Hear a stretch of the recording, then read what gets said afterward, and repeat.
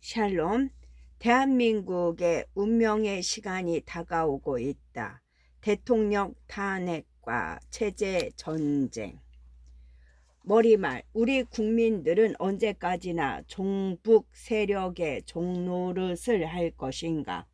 지금 대한민국은 대통령 체포를 둘러싸고 정부 기관 간 서로 총불의를 겨눌 정도로 내전 상황으로 치닫고 있다. 이 내전은 윤석열과 이재명의 싸움이 아니라 반대한민국 세력과 대한민국 세력 간의 체제 전쟁이다. 만약 대한민국 세력이 이번 내전에서 패하면 자유민주주의 대한민국은 종말을 고할 것이다. 지금 대한민국은 공산화로 가는 마지막 대문 앞에 서 있다. 어떻게 이 위기를 극복할 것인가?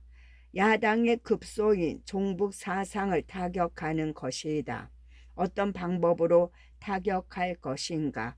진보 민주 세력의 위장한 종북 반대한민국 세력의 실체를 주권자인 국민들에게 알리는 국민 대각선 운동을 전개하는 것이다.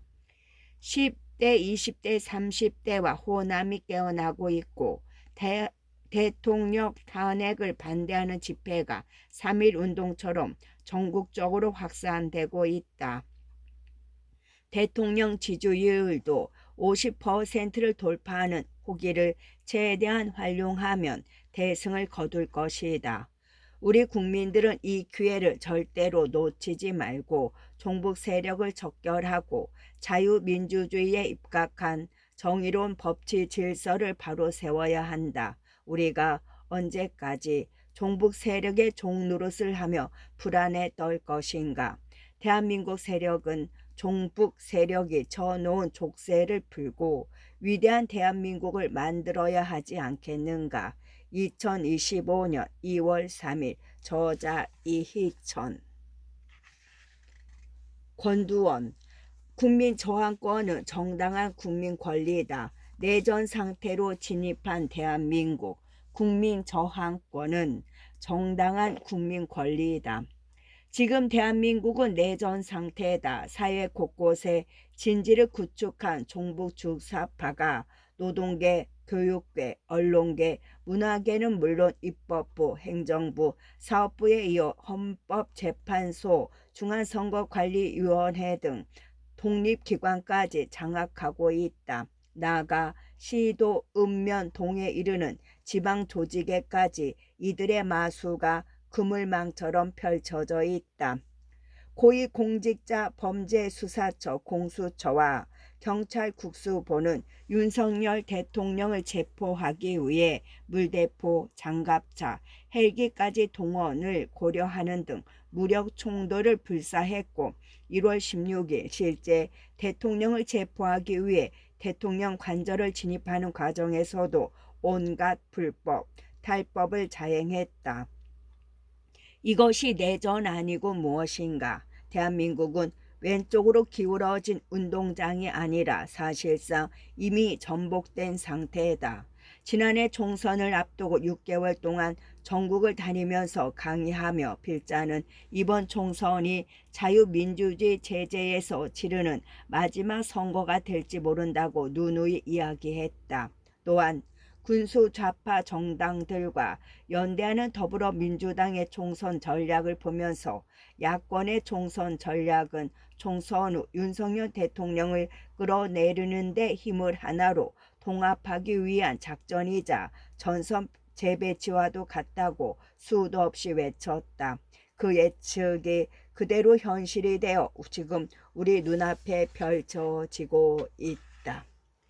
제왕적 국회 권력이 대한민국을 위협한다.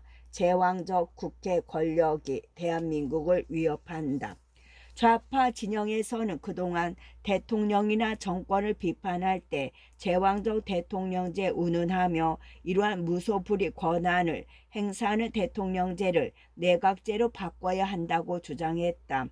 우파 정당인 국민의힘에서도 제왕적 대통령제를 내각제로 개헌하자는 주장들이 오래전부터 있었다.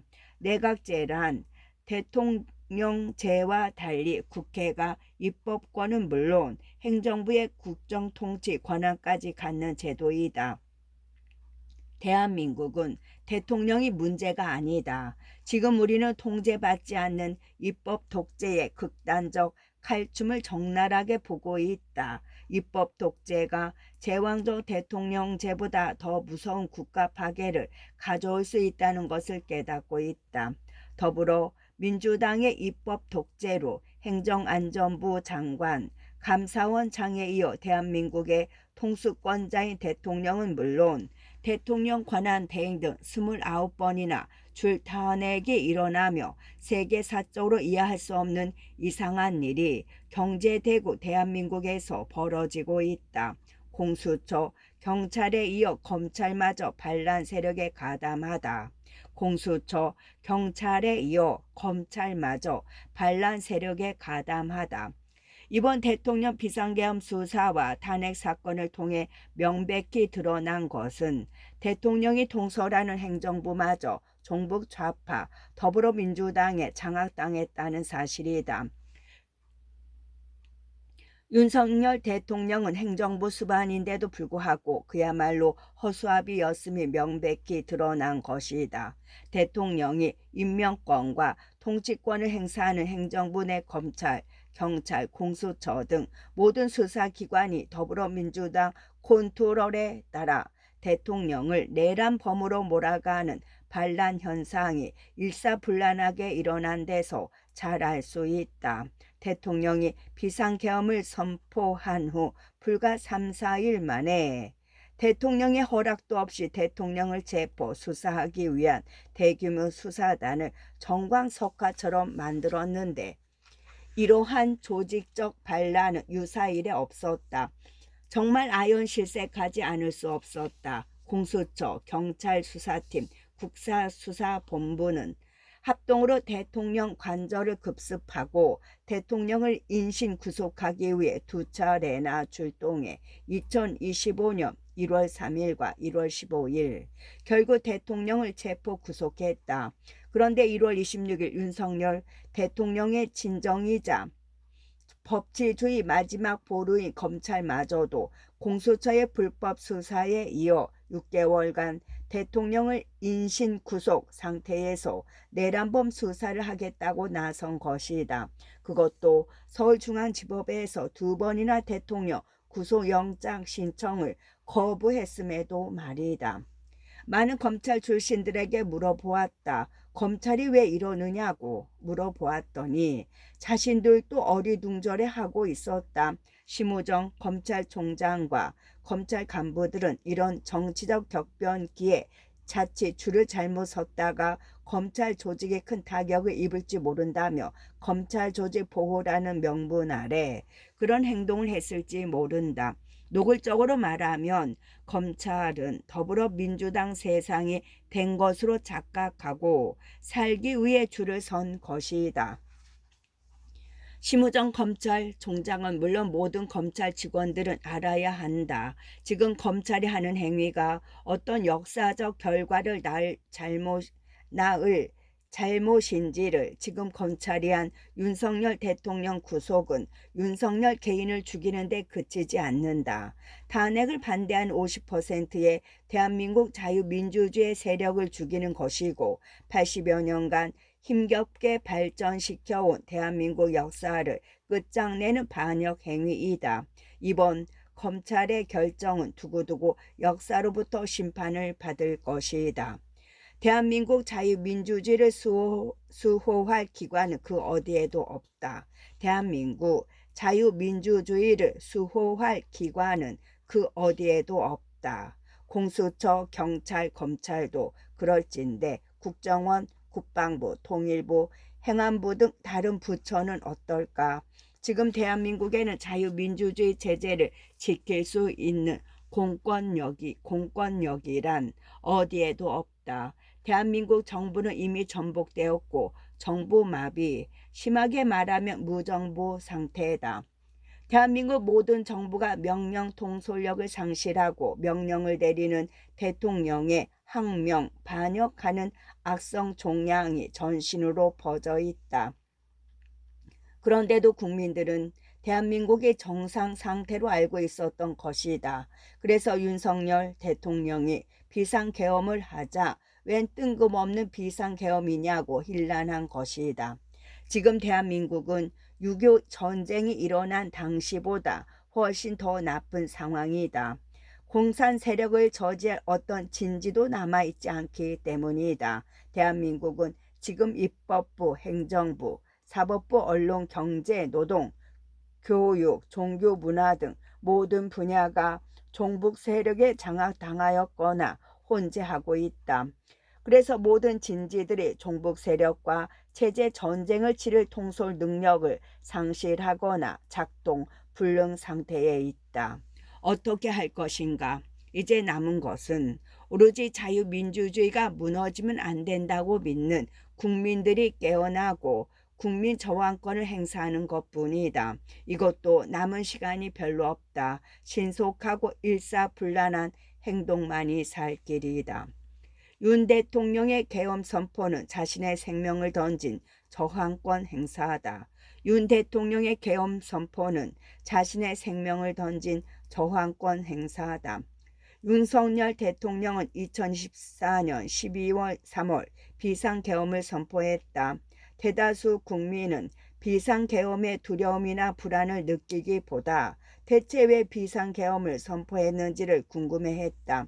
윤 대통령은 비상계엄 선포문에서 반국가 세력이 입법 독재를 통해 국가의 사법 행정 시스템을 마비시키고 자유민주주의 체제의 전복을 기도하고 있다. 자유민주주의의 기반이 되어야 할 국회가 자유민주주의 체제를 붕괴시키는 괴물이 된 것이다. 종북 반국가 세력을 일거에 척결하고 자유헌정 질서, 자유민주주의 기본 질서를 지키기 위해 비상계엄을 선포한다고 했다.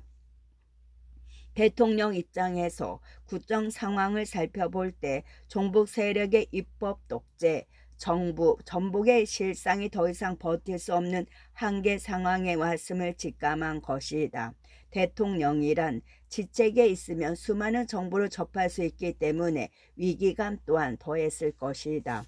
윤 대통령을 별로 좋아하지 않았던 한 원로 변호사는 대통령이 그냥 지내면 아름다운 퇴임을 할 수 있는데 굳이 자기 생명을 걸고 국가의 적화 실상을 국민과 세계에 알리려 한 것을 알고 나니 그의 진정성이 느껴진다며 대통령을 적극 보호해야 한다고 말했다. 지난해 12월 12일 대통령의 비상계엄 관련 담화문을 듣고 그처럼 감동을 받은 인사들이 많았다. 이것이 바로 국민의 마음을 움직였으며 지금의 광화문에 나가 탄핵 반대를 외치고 한남동 대통령 관저를 지키는 국민 저항권 발동의 원동력이 된 것이다. 고삐 풀린 국회 독재가 나타난 이유. 고삐 풀린 국회 독재가 나타난 이유. 현행 6공화국 헌법은 1987년 6월 전두환 군사정부에 대해 민주화를 부르짖는 6.10 항쟁의 결과 만들어진 것이다. 이 헌법은 대통령 통제에 치중하다 보니 국회 권력의 남용을 방지할 장치를 제대로 마련하지 않았다. 그게 바로 현재 대한민국에서 벌어지고 있는 사태의 발생 요인이다. 입법부와 행정부 간의 견제와 균형이 정상적인 자유민주주의 세력에 의해 이루어진다면 법적인 미비점이 있어도 적당히 유지될 수 있다. 그러나 종북 공산 세력이 입법부를 압도적으로 장악할 경우 미친 소처럼 날뛰며 국가 질서를 파괴할 수 있다. 그런 일이 바로 현재 우리 대한민국에서 벌어지고 있다. 국민 저항권은 정당한 국민 권리다. 국민 저항권은 정당한 국민 권리다. 국민 저항권은 주권자인 국민의 당연한 권리이다. 좌파 세력은 시위 때마다 헌법 제1조 대한민국은 민주공화국이다. 주권은 국민에게 있고 모든 권력은 국민으로부터 나온다는 것을 들먹이며 광장에서 촛불 등 국민이 대통령 내려와 하면 내려와야 한다고 터무니없는 논리를 들이댄다. 그러나 좌파 세력이 국회나 대통령 자리를 차지하면 국민이 아무리 외쳐도 들은 척도 하지 않고 그 권력으로 위협을 가한다. 정부 좌파 세력은 대통령 탄핵 사태가 일어나자 비상계엄을 선포한 대통령을 내란 수괴라는 체포를 독려하며 계엄법에 따라 지시를 이행한 군 관계자, 경찰 등을 내란 공범으로 몰아 처벌하겠다고 엄포를 놓고 있다. 국민 저항권은 국가 권력에 저항할 수 있는 국민 권리로서 자유민주주의 국가에서 주권자에게 주어지는 최종적인 방어권이다. 이는 헌법의 규정 여부와 관계없이 전부 인권이다. 헌법재판소에서도 이를 인정하고 있다. 저항권은 국가 권력에 의하여 헌법의 기본 원리에 대한 중대한 침해가 행하여지고 그 침해가 헌법의 존재 자체를 부인하는 것으로서 다른 합법적인 구제 수단으로는 목적을 달성할 수 없을 때에 국민이 자기의 권리, 자유를 지키기 위해 실력으로 저항하는 권리라고 규정하고 있다.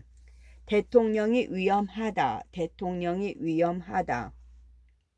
제3목 대통령 권한 대행이 헌법재판관 2명을 임명하는 바람에 이제 현재에서 대통령이 탄핵당할 가능성도 있다. 결코 낙관할 수 없다. 더불어민주당 등 정치권의 집요한 공세, 좌파 언론의 선동, 공수처, 검찰, 경찰 등 행정부 관리에 이어 사법부 판사들까지 윤 대통령을 향해 칼을 들이대는 반란이 일어나고 있는데 헌법재판관은 괜찮을까? 2017년 3월 10일 박근혜 대통령 헌법재판 당시 우경 헌법재판관 비율이 지금보다 높았는데도 8대 0으로 파면 결정이 나고 말았다. 지금 재판관의 성향을 볼 때 그때보다 상황이 더 나쁘다. 이런 상황에서 현재가 기각 판결을 내리게 할 유효한 방법은 무엇일까? 탄핵막을 마지막 보류는 국민 저항권. 탄핵막을 마지막 보류는 국민 저항권. 헌재 법률팀이 적극적인 대응도 중요하지만 국민 여론의 향배가 가장 중요하다. 현재 윤석열 대통령에 대한 지지율이 50%에 이르고 있는데 앞으로 지지율이 50에서 6%에 이른다면 헌재에서 대통령을 탄핵하기 힘들 것이다. 압도적인 국민 지지율이 전세를 역전하는 가장 강력한 힘이다. 국민 지지율을 높이기 위해서는 대한민국의 체제 위기가 얼마나 심각한지를 알리는 국민 대각선 운동이 절대적으로 필요하다. 대통령을 좋아하는 우파 세력만으로는 부족하기 때문이다. 중도층 등 관심 없는 사람들에게 현재 대한민국의 공산화로 가는 벼랑 끝에 매달려 있다는 사실을 정확히 알리는 것이 필요하다. 또한 광화문 광장, 헌법재판소, 한남동 대통령 관저, 과천 공수처, 서울구치소 등에서 대통령을 엄위하는 시위가 더욱 열기를 더해야 할 것이고 이를 보도하는 유튜버들의 역할도 중요하다. 손가락으로 하는 댓글 달기, 좋은 글, SNS 전파 운동도 보다 적극적으로 해야 한다. 이를 통해 국민 여론을 완전히 바꾸어 놓아야 한다. 헌법재판은 여론 재판의 성격이 강하고 재판관들의 심리적 요인도 매우 중요하기 때문이다. 다만 국민 저항권 행사는 광장 시위든 유튜브든 댓글이든 국민으로부터 외면당하지 않고 더 많은 공감을 얻을 수 있도록 해야 한다. 윤 대통령 지지율이 40여일 만에 11%에서 50%로 급등한 주 요인은 국민들에게 보여준 진정성 있는 행동이었다. 더불어민주당 지지율이 폭락한 것은 거짓과 선동, 불법적이고 파렴치한 행태 때문이었다. 우리 국민의 지금 우리에게 필요한 것은 60% 이상의 국민 지지율을 달성하는 것인데 이것을 이루려면 국민의 마음을 얻는 것이 관건이다. 그리고 시위를 할 때 좌파 세력이 애국 진영 시위대 내부로 침투해 분탕질을 하고 우파 진영의 잘못으로 뒤집어 씌울 가능성이 있고 이를 왜곡 전파해 국민 여론을 이탈케 하려는 좌파 언론이 있음을 명심해야 한다. 대통령 탄핵과 체제 전쟁, 도대체 무슨 일이야?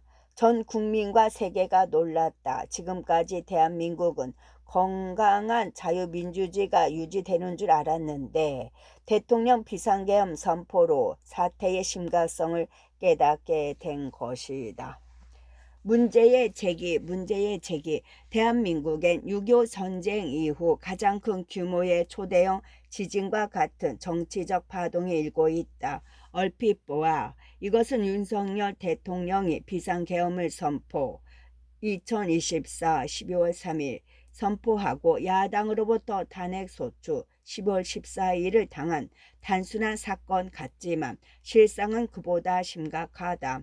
대한민국 안에서 끓고 있던 정치 사상적 마그마가 폭발하며 국민 간에 잠재되어 있던 사상 갈등이 현실화했기 때문이다. 대한민국은 사람의 몸으로 비유하면 말기암 환자와 같다.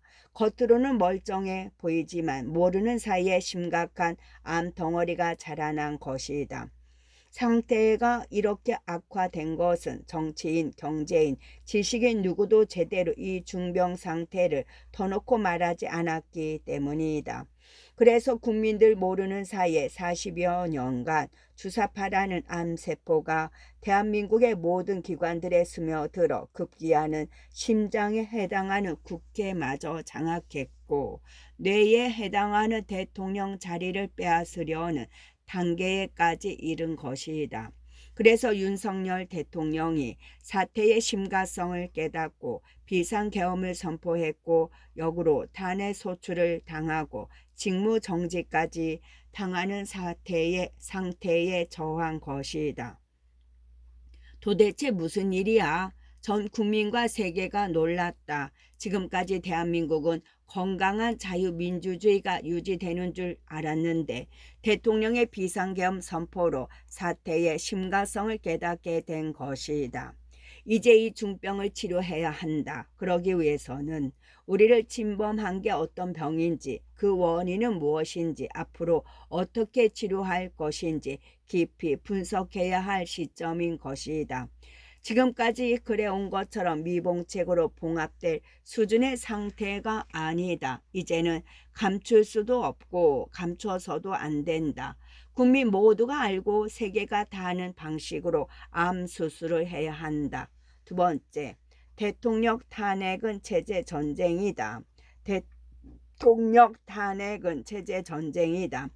지금 대한민국에는 대통령 탄핵을 둘러싸고 심각한 정치적 갈등이 일어나고 있다. 국민들은 처음에는 이 사태가 대통령이 비상계엄을 왜 선포했느냐를 놓고 벌어지는 이재명과 윤석열 간의 정치 갈등 정도로 생각했다. 좀 더 노골적으로 말하면 이재명 대표는 윤석열 대표를 퇴진시키고 자기가 대통령이 되려고 하고 윤석열 대통령은 대통령 자리를 유지하기 위해 저항하는 정치 갈등인 것처럼 본 것이다. 그러나 이 갈등의 본질은 그렇게 간단하지 않다. 이것은 매우 복잡하고 거대한 내전이고 체제 전쟁이다.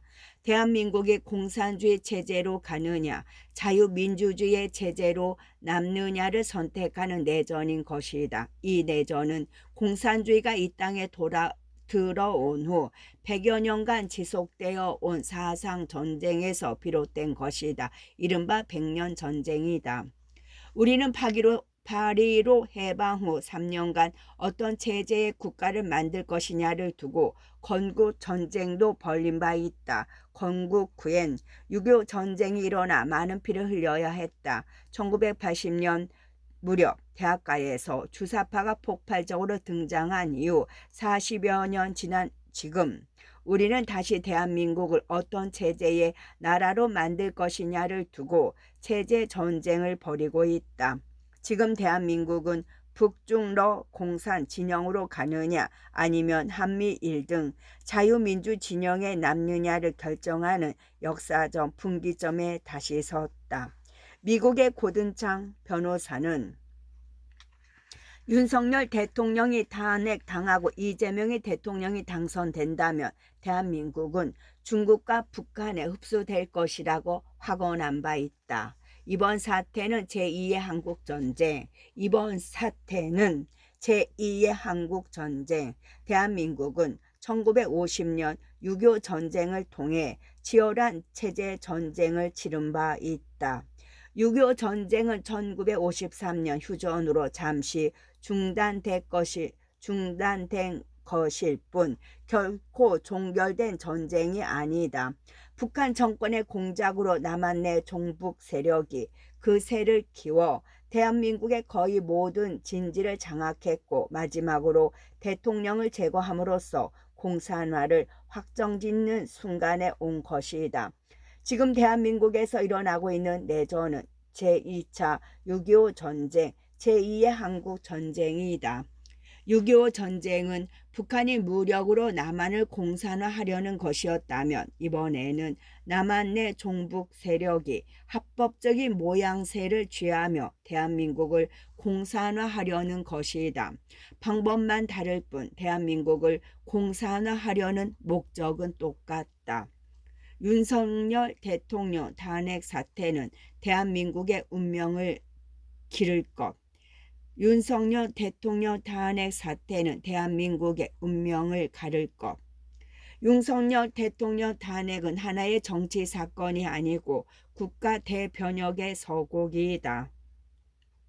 윤석열 대통령을 탄핵하려는 것은 윤 대통령 개인을 탄핵하는 것이 아니다. 윤석열을 지지하는 자유민주주의 세력, 대한민국 세력을 탄핵하는 것이고 이는 곧 대한민국을 탄핵하는 것이다.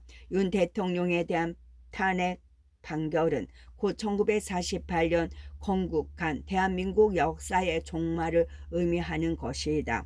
반대로 대한민국 세력이 승리한다면 1987년 이후 대한민국의 진지를 장악하고 대한민국을 파괴해왔던 종북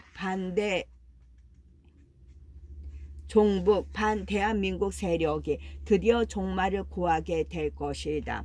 누가 승리할 것인가? 윤석열이냐 이재명이냐? 자유민주주의냐 공산주의냐? 대한민국 세력이냐 반대한민국 세력이냐? 한미일 자유진영이냐 북중러 공산진영이냐? 자유통일이냐 적화통일이냐? 그 선택은 이번 대통령 탄핵 사태로 결말이 날 것이다. 대한민국 앞에 운명의 시간이 다가오고 있다. 세 번째, 윤석열 대통령은 왜 비상계엄을 발동했나? 윤석열 대통령은 왜 비상계엄을 선포했나? 윤석열 대통령은 2024년 12월 3일 밤 10시 반에 비상계엄을 선포했다. 많은 국민은 웬 뜬금없는 비상계엄이냐는 반응을 보이기도 했다. 윤 대통령은 비상계엄 선포문에서 종북 반국가 세력으로부터 자유민주주의 체제를 지키기 위해 비상계엄을 선포했다고 언급했다. 즉 입법 독재를 통해서 국가의 사법 행정 시스템을 마비시키고 자유민주주의 체제 전복을 기도하고 있다. 자유민주주의의 기반이 되어야 할 국회가 자유민주주의의 체제를 붕괴시키는 괴물이 된 것이다. 종북 반국가 세력을 일거에 절결하고 자유헌정 질서를 지키기 위해 자유민주적 기본 질서를 지키기 위해 비상계엄을 선포한다고 주장한 것이다. 대통령 입장에서 국정 상황을 바라볼 때 종북 세력의 입법 독재, 국정 마비, 정부 전복의 실상이 더 이상은 버틸 수 없는 한계 상황에 다다랐음을 직감한 것이다. 국민들은 피상적으로 알겠지만 대통령 직책에 있으면 수많은 정보를 접할 수 있기 때문에 그 위기감은 더했을 것이다. 윤 대통령은 12.12 대국민 담화에서 종북 반국가 세력의 위험성을 국민들에게 알리려고 비상계엄을 선포했다고 밝혔다. 국민 깨우기가 목적이었던 것이다. 윤 대통령이 비상계엄을 통해 국민들에게 제시한 포인트는 세 가지이다. 첫째는 지금 대한민국에 체제 전쟁이 일어나고 있다는 사실을 국민들에게 알리려 했다. 공산주의 체제로 가려는 세력과 자유민주주의 체제를 수호하려는 세력 간의 체제 전쟁이 전개되고 있다는 것이다.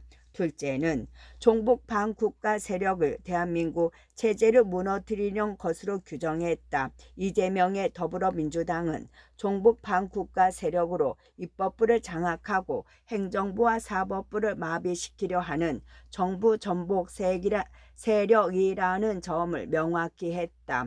셋째는 전선을 대한민국 세력과 반대한민국 세력으로 나누라는 것이다. 전쟁에서는 전선을 어떻게 긋느냐가 매우 중요한데 전선은 우군에서 절대적으로 유리한 방향으로 그어야 하고 피와 구분을 명확히 해야 아군끼리 총질해 자멸하는 것을 막을 수 있다. 그래서 윤 대통령은 아군에게 절대 불리한 보수와 진보, 우파와 좌파로 나누지 말고 전선을 대한민국 세력과 반대한민국 세력으로 나눌 것을 제시하고 있다. 더불어민주당 등 좌파 세력 윤 대통령을 내란 수계로 몰다. 더불어민주당 등 좌파 세력 윤 대통령을 내란 수계로 몰다. 더불어민주당 대다수 언론 등 좌파 진영은 비상계엄은 내란, 윤석열 대통령은 내란 수계, 비상계엄에 동참한 사람은 내란 공범이라는 프레임을 만들어 융단 폭격을 가했다. 국민들은 이러한 내란 프레임 선동에 많이 휘둘렸다. 이에 발맞추어 경찰, 검찰, 공수처 등 수사기관들은 비상계엄이 선포된 지 3, 4일 만에 대형 수사팀을 꾸리더니 곧이어 관련자들을 체포하고 구속했다. 참으로 정광석화처럼 빠른 움직임이다. 이재명, 문재인, 조국 등에 대해서는 그렇게 혐의가 많아도 움직이지도 않던 수사기관이 이렇게도 신속하게 대통령을 내란 범으로 몰다니. 이러한 내란 프레임 선동으로 윤석열 대통령과 정부는 대응할 여지가 없었다. 일반적으로 난타당할 수밖에 없었다. 그러는 사이 국민들이 좌파의 선동에 휘둘려 윤석열 대통령의 지지도가 급락해 11%에 이르렀다. 그러자 더불어민주당은 윤석열은 내란 수계라는 프레임을 내세우며 국민의힘을 압박해 12월 14일 국회에서 탄핵소추안을 통과시키고 말았다. 네 번째, 윤석열 대통령의 비상계엄이 내란이라고, 대통령의 비상대권 행사가 내란이라고. 내란이 무슨 뜻인가? 내란이란 내부의 적에 의한 반란을 의미한다. 반란이란 정권을 갖지 못한 비집권 세력이 정권을 탈취하려고 집권 세력을 향해 일으키는 무력 행동을 말한다. 윤 대통령이 집권자인데 무슨 반란을 일으키는가? 언어 도단이다. 대통령은 국민의 직접 선거를 통해 합법적으로 선출됐고 헌법과 법률에 의해 비상대권을 가지고 있다. 비상계엄 선포는 헌법 제77조의 전시, 사변 또는 이에 준하는 비상사태에 선포할 수 있다고 규정되어 있는데 그 비상계엄을 선포할 상황인지에 대한 판단은 고도의 통치행위로서 대통령의 고유 권한이다.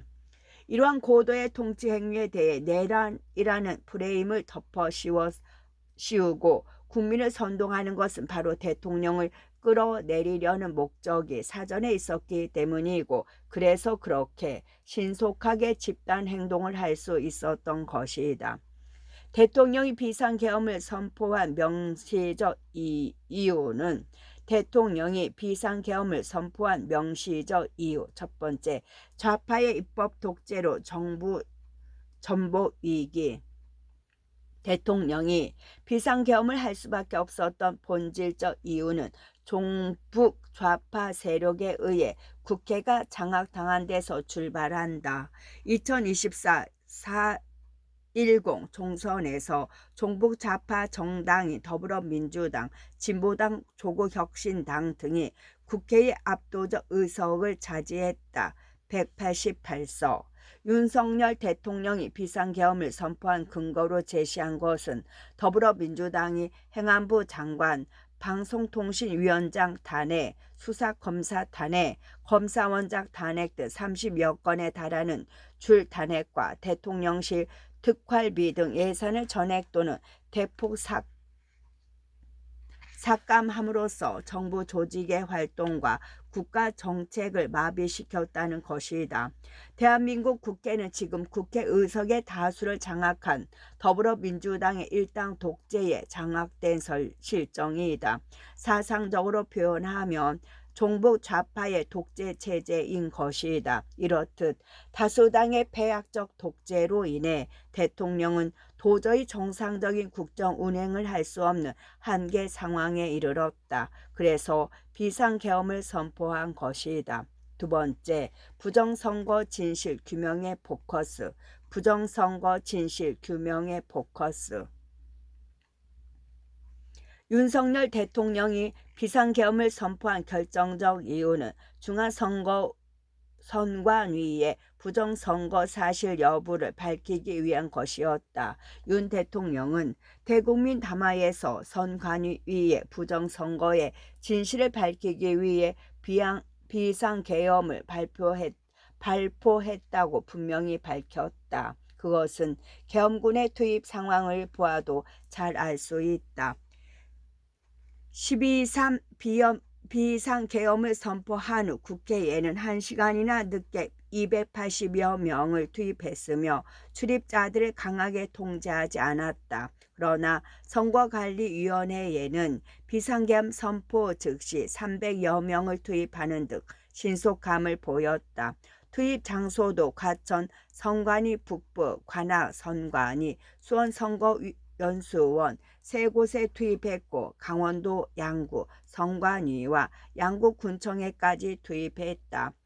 왜 선관위에 이렇게 집중적으로 계엄군을 투입했을까? 대통령이 선관위의 부정선거 문제를 밝혀야겠다는 의지를 굳게 가지고 있었기 때문이다. 국정원은 2023년 선관위에 대해 7월에서 9월 두 달간 보안 점검을 실시한 바 있다. 그리고 점검 후 선관위의 보안 상태가 엉망이고 심각한 조사 방해가 있었으며 부정선거 가능성 등이 있어 엄정 수사가 필요하다는 보고서를 대통령에게 제출했다.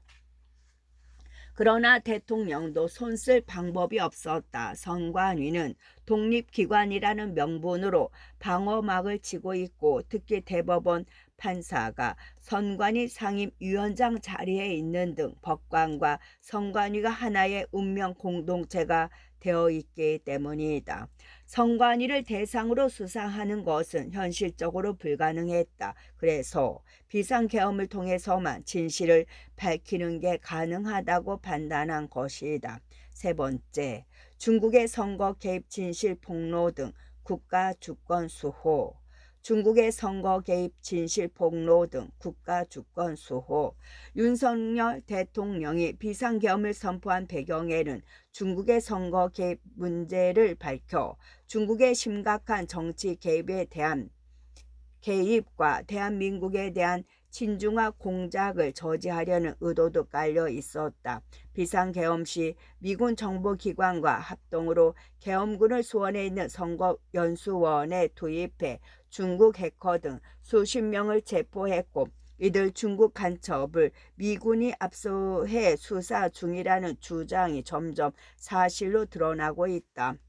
윤석열 대통령은 12.12 대국민 담화에서도 중국의 심각한 간첩 행위와 이를 간첩죄로 처벌할 수 없는 법률, 이의 개정을 막는 야당을 강하게 비판했다. 최근 중국의 정치 개입이 심각하다. 중국 정보기관의 광범위한 정보 수집 및 공작 활동, 중국인의 촛불 집회 참가, 댓글 공작, 오마우당, 선거 개입, 해킹 의혹, 2020년 총선 투개표 사무원, 중국인 대거 투입 등과 같이 매우 노골적으로 대한민국에 대한 정치 개입이 이루어지고 있다. 중국의 이러한 개입은 문재인, 이재명 등 더불어민주당 좌파 세력이 있기에 가능한 것이었다. 중국 조선족 등 영주권자에게 지방선거 투표권을 주고 중국 조선족, 중국 유학생 등에게 읍명동 주민자치회 회원 자격을 부여하고 있다. 중국의 이러한 침탈을 막지 않으면 언젠가는 홍콩과 같은 운명에 처할지 모른다는 우려가 커지고 있다. 이재명 대표는 쎄쎄 발언과 미국은 점령군 발언 등 반미 친중 노선을 분명히 드러내고 있다. 최근 미국에서는 이재명이 정권을 잡으면 대한민국이 중국에 흡수될 것이라며 거부 여론이 확산되고 있다. 5번째, 종북 반국가 세력이 내란 범위이다. 윤 대통령 내란 세력 척결 위해 비상계엄 선포. 종북 반국가 세력이 내란 범위이다. 윤석열 대통령은 더불어민주당 등 종북 반국가 세력이 헌정 질서를 파괴하고 있어 이를 진압하기 위해 비상계엄을 선포한다고 말했다. 그 말에 따르면 종북 반국가 세력이 내란 범위라는 말이다. 만약 대통령의 말대로 종북 반대한민국 세력이 오랫동안 대한민국의 자유민주주의 체제를 무너뜨리기 위해 반란, 내란, 혁명을 기도해 왔다는 것이 밝혀질 경우 비상계엄의 정당성이 입증될 것이다. 윤 대통령을 내란죄로 처벌하려는 더불어민주당, 촛불 세력, 좌파 언론, 공수처, 경찰 수사본부 등이 내란범으로 처벌받아야 할 것이다.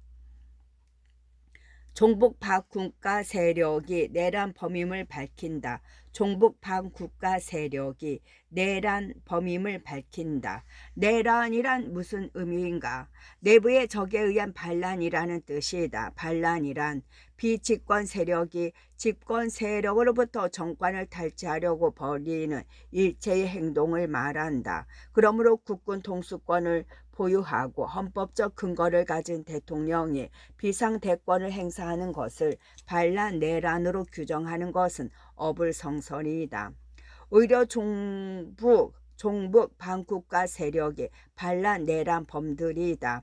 이들의 공산주의 주체 사상은 자유민주주의 대한민국을 허물고 북한, 중국과 같은 공산주의 체제의 나라를 만들려고 하는 혁명 사상이기 때문이다.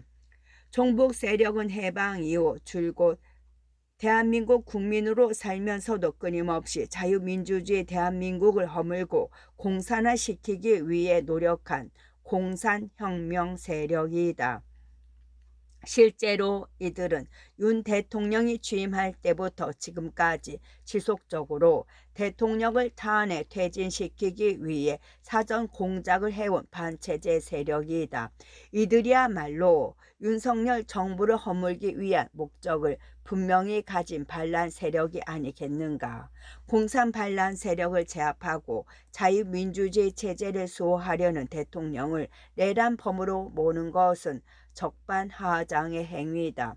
이재명 세력, 간첩 종북 세력과 연계성 드러난 혁명 세력, 이재명 세력, 간첩 종북 세력과 연계성 드러난 혁명 세력. 문재인 정권은 1980년대 자생적인 종북 세력이 전 대협을 주축으로 정치를 했다면 이재명은 1990년대 종북 세력인 한 청년, 특히 간첩 종북 세력이라 할 수 있는 이석기 경기 동부연합과 연결되어 있다. 이석기 경기동부연합은 북한 간첩과 연계된 진성 종북 세력으로 2006년 1심 간첩단, 2011년 8월 적발된 재산 간첩단 등과 직간접으로 연결된 세력이다. 이석기 경기 동부 연합은 이석기가 주도하는 지하혁명 조직의 중심을 이루었다. 이석기의 조직은 2013년 8월 국정원에 적발되었는데 이들은 북한이 남침할 때 대응해서 해화동 전신전화구 폭파, 평택 유류 창고 폭파, 인명실상 등을 모의했다. 이로 인해 이석기는 9년형을 선고받았다. 이 여파로 통합진보당은 2014년 12월 헌법재판소에 의해 위헌 정당으로 해산까지 당했다. 이석기의 지하혁명 조직은 3대 행동 강령을 두었는데 주체 사상을 지도 이념으로 남한 사회의 변혁 운동을 전개한다. 남한 사회의 자주 민주 통일을 실현한다는 주체 사상을 연구하고 전파 보급한다이다. 이는 대한민국을 전복하기 위한 혁명 조직임을 잘 보여주는 근거이다. 이재명의 대장동 개발 사업에 참여했던 유동권 씨에 따르면 이석기의 사건 조직단 명단에 들어가 있는 이재명을 검찰이 조사 과정에서 빼주었다고 하니 이들은 사실상 하나의 운명 공동체라 할 것이다. 이재명은 이미 1990년대 초 한 청년 산하 용인 성남 지역 조직인 용인 성남 지역 대학 총학생회 연합 용성 총회의 변호사로 활동했다. 2003년에는 이석기 경기 동부 연합이 주도한 성남시립병원 설립추진위원회의 공동대표를 맡기도 했다. 이 정도로 이재명과 경기 동부 연합은 오랜 인연을 가지고 있었다. 더욱이 2010년 지방선거 당시 이재명이 민주당 후보로 성남시장에 출마하자 민노당 후보인 김민희의 후보 단일화를 위해 이재명의 당선을 도왔다.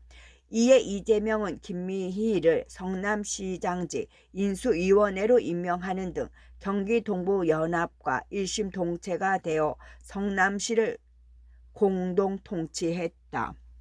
더불어민주당 종북 세력 대거 진입으로 통진당화한 혁명정당, 더불어민주당 종북 세력 대거 진입으로 통진당화한 혁명정당, 이재명과 경기동부 연합을 중심으로 한 통진당, 한 청년 세력은 이재명이 민주당 대선 후보로 출마하면서 대거 민주당으로 들어갔다. 대선 후 이재명이 민주당 대표가 되자 더 많은 통진당 한 청년 세력이 민주당으로 들어와 당권을 완전히 장악했다.